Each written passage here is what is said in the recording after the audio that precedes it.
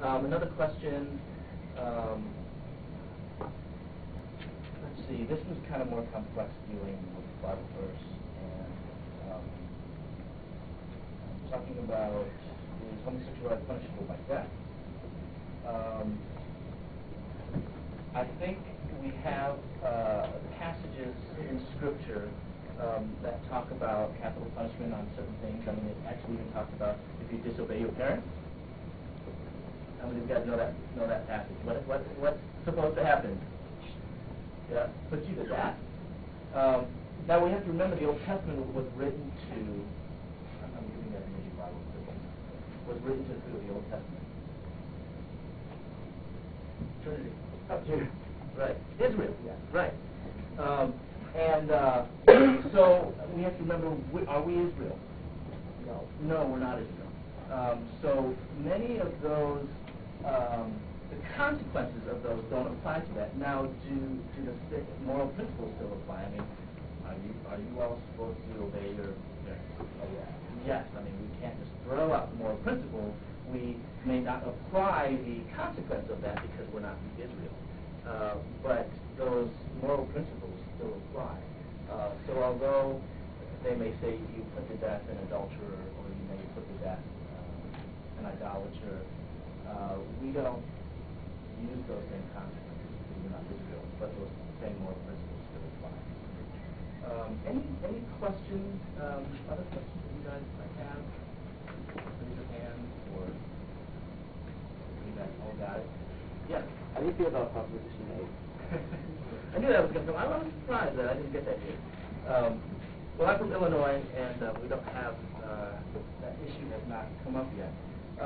But I know that this is just a huge flashpoint, especially here. And I just want to say, because of this issue, unfortunately, the church and Christians have been viewed as being homophobic. And we seem to support the mistreatment of homosexuals, and how that applies to you all in high school is almost looks like we don't care if our gay and lesbian friends are being bullied or beat up. And I want to say that as Christians, we need to be the first to defend that. Okay? I mean, can I get that promise from you guys? Really, I'm really serious about that. We should be the first to stand up and say that is wrong. Wrong. On this issue on gay marriage, I believe that every single person has the right to love who they want to love. Everybody has the right to love who they want to love, to live with who they want to live with. That is, I think that is a human right. And no one should take that away. But we realize that love and marriage are not the same thing.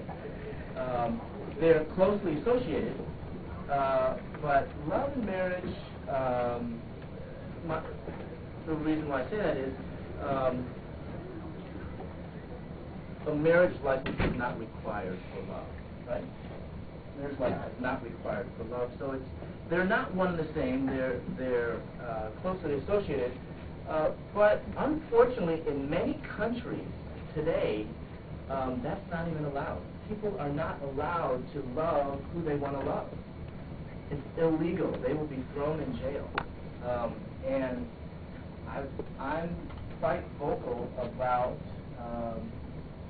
a bill that's trying to get passed right now in Africa, in the country of Uganda. I don't know if any of you guys are familiar with that. It's called Uganda's Anti-Homosexuality Bill, and they want to turn it into law. Actually, homosexuality is already illegal there. You get thrown into jail. They want to stiffen the penalties where they could give life sentences to a homosexual. And, as many of you guys know, I'm HIV positive. And if they catch someone who's HIV positive having a homosexual intimate relationship, they can put them through that. That's wrong.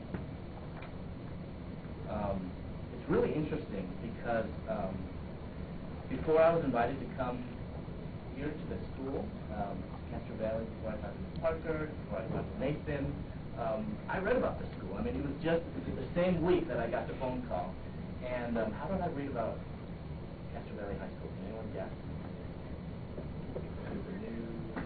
Last year. Well, a news person on television. Oh, the lady on everything here. Yeah, Rachel Maddow. Yeah. She's also very vocal on this. And so I was reading into her, and I read that graduate of Castro Valley. Isn't that? I mean, you guys all know that? Okay, that would be like big news.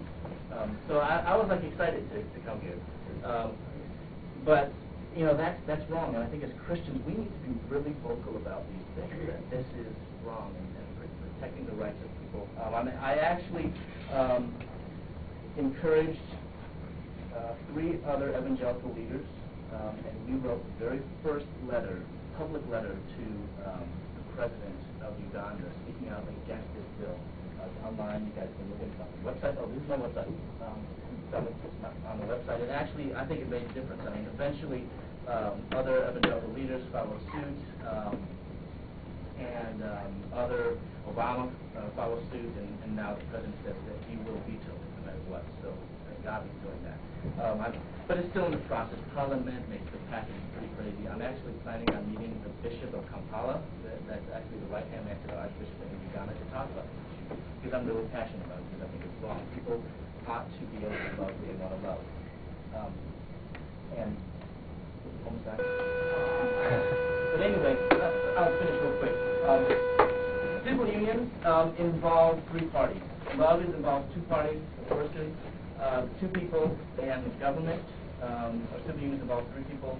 Marriage now involves 4 parties most of the time, which in most contexts, marriage is done in the context of a religious institution. And why do I say that? Because most people wonder, why is the church getting involved in this issue? Well, because marriage, it involves more than just government, and most of the time it involves a religious institution.